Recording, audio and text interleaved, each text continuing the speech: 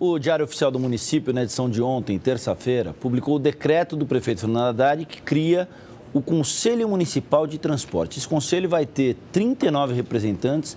Para explicar um pouco mais sobre o papel desse conselho, sobre como ele vai funcionar, nós estamos recebendo o vereador Senival Moura, do PT, que é o presidente da Comissão de Trânsito e Transporte aqui da Câmara. Vereador, boa tarde, é um prazer tê-lo conosco. Muito boa tarde, o prazer é todo meu, é uma satisfação participar do programa com vocês. Vereador, no decreto, o prefeito Fernando Haddad fala que uma das prerrogativas é assegurar uma discussão democrática sobre a política de transportes na cidade.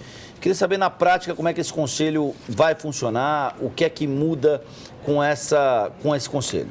Olha, é um conselho consultivo que vai ouvir a opinião da população, da sociedade civil, das entidades sindicais que representam todo o sistema de transporte da cidade de São Paulo. E eu acho que é importantíssimo para dar ainda mais transparência, publicidade em tudo aquilo que é feito na cidade de São Paulo.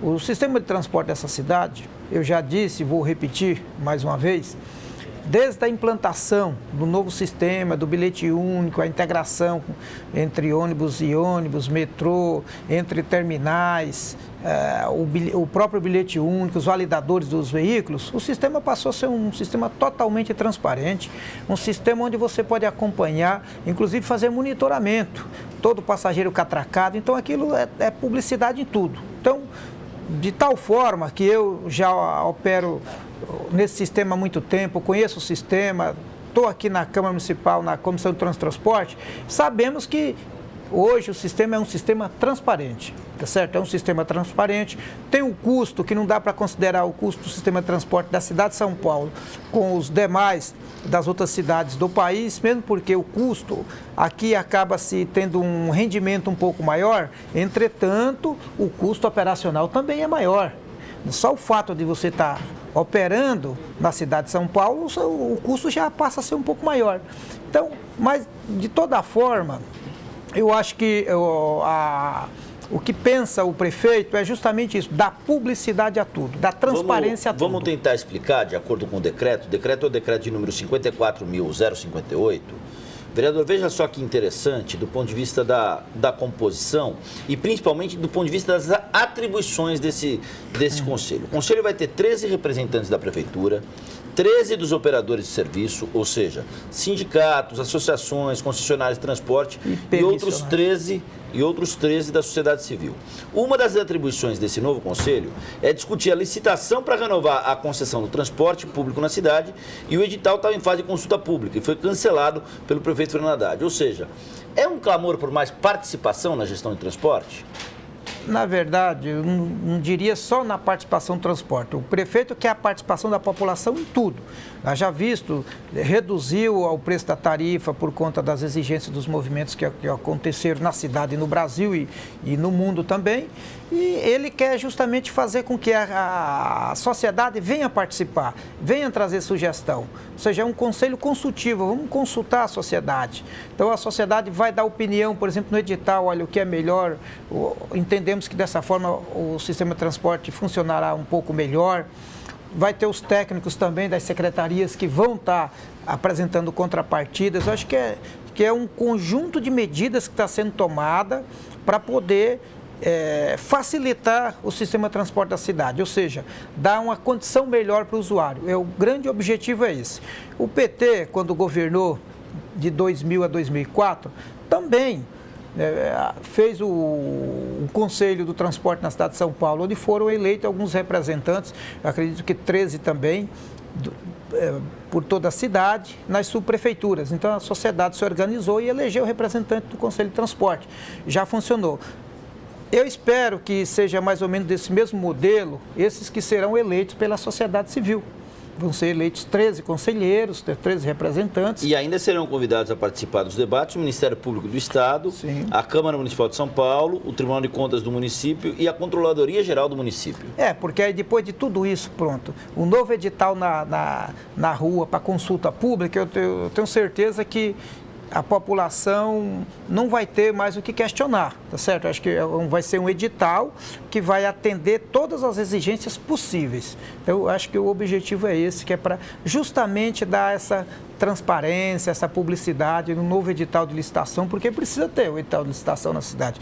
Precisa haver a licitação. A cidade não pode ficar operando via contratos emergenciais, ou simplesmente prorrogando o contrato. Acho que tem que acontecer uma nova licitação, mesmo porque se você não faz uma nova licitação, o que acontece? Acontece um prejuízo do ponto de vista financeiro para as empresas, porque os bancos não vão querer fazer financiamento para substituição da frota porque não tem garantia, não tem contrato, não tem garantia. Sim. Tá certo? A permissão idem.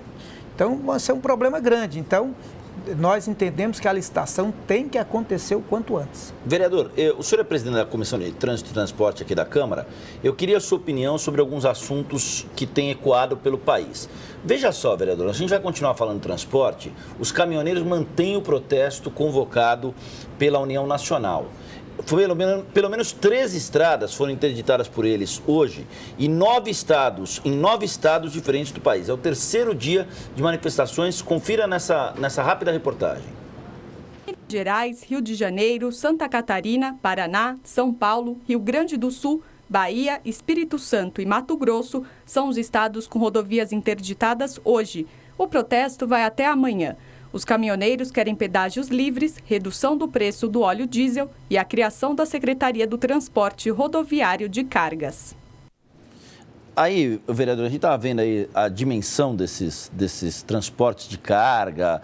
Os pleitos também parece que são pedágio livre, redução no preço do óleo diesel. Como é que o senhor tem acompanhado esse movimento do ponto de vista do âmbito nacional? O senhor que é ligado à área de transportes. Eu acho que é uma reivindicação justa que os caminhoneiros estão apresentando, eles que são encarregados de transportar toda a riqueza do Brasil sobre pneus.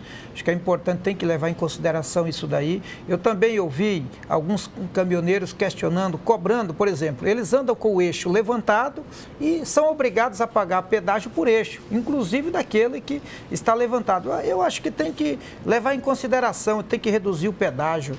Se for para o caminhoneiro pagar o pedágio, tem que ser um preço diferenciado, porque o caminhão é uma ferramenta de trabalho, ou seja, precisamos do caminhão para fazer o transporte de uma cidade para outra, do estado para outro, então precisa levar em consideração tudo isso daí. Precisa dar uma condição de financiamento melhor para os caminhoneiros, eu acho que é justo, porque é onde gira a riqueza do Brasil, onde gira o emprego, né, o emprego da população, a alimentação, ou seja, tudo depende do transporte. Então, agora, quando você baratear o transporte, consequentemente, vai surtir efeito positivo em toda a camada. Os protestos dos caminhoneiros têm se multiplicado, o vereador. Ontem a gente mostrou aqui, hoje eles voltam a acontecer, eles atingem um outro estado, quer dizer, ontem não houve protestos em Santa Catarina, hoje todos os estados da região sul, Paraná, Rio Grande do Sul, Santa Catarina, todos da região sudeste, Minas Gerais,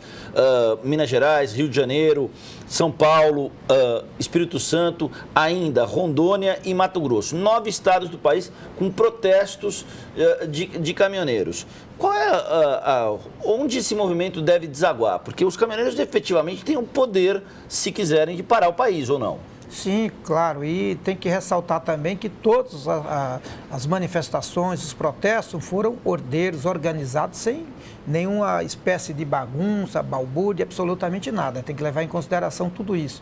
Portanto, ali são realmente os trabalhadores, são os pais de famílias, que dependem daquilo, que é o sustento da família, que é o sustento de tantas famílias e que precisam ser reconhecidos nacionalmente, pelo governo federal, pelos governos estaduais, nas reivindicações que eles estão apresentando, que no meu ponto de vista são todas justas. Diminuição do preço do diesel para o caminhão, diminuir o valor do pedágio ou tarifa zero no pedágio, que eu acho que é importantíssimo, os pedágios são caríssimos. Se você pega aqui, por exemplo, as rodovias do estado de São Paulo, se você levar em consideração, comparar, fazer uma analogia aqui com a rodovia do governo federal, a rodovia federal, o preço é assustador, a diferença é gritante.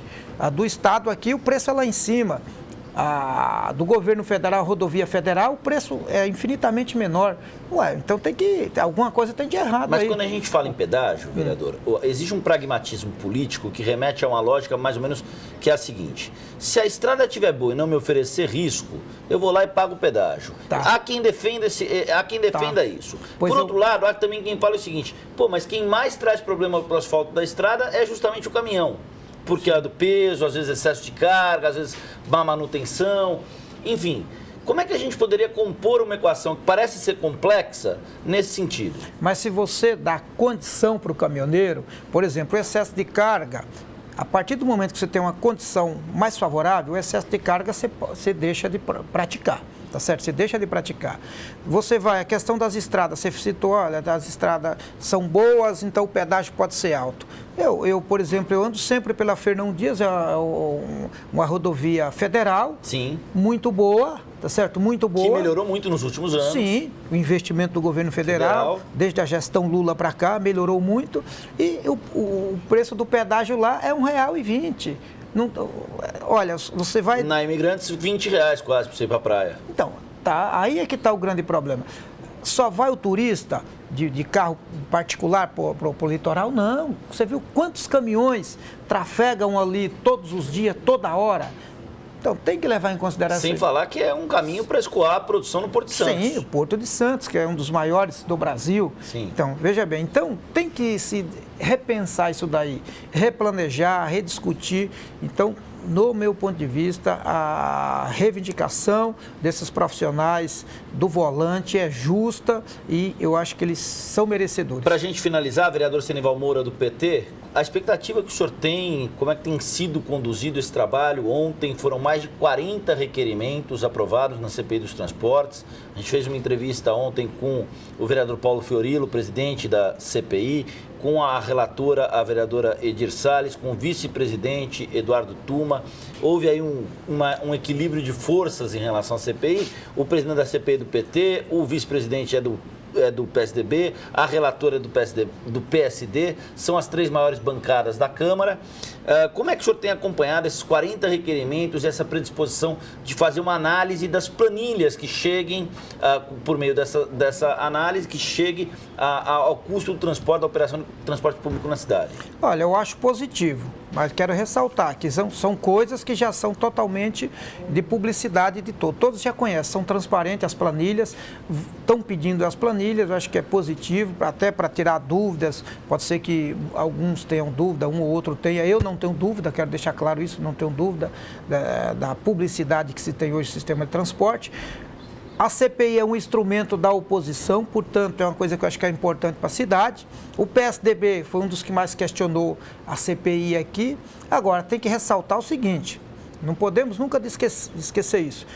No estado de São Paulo, há centenas de pedidos de CPI protocolados pelos parlamentares de oposição e o PSDB nunca se moveu para aprovar uma única CPI para poder investigar o governo do PSDB no estado de São Paulo.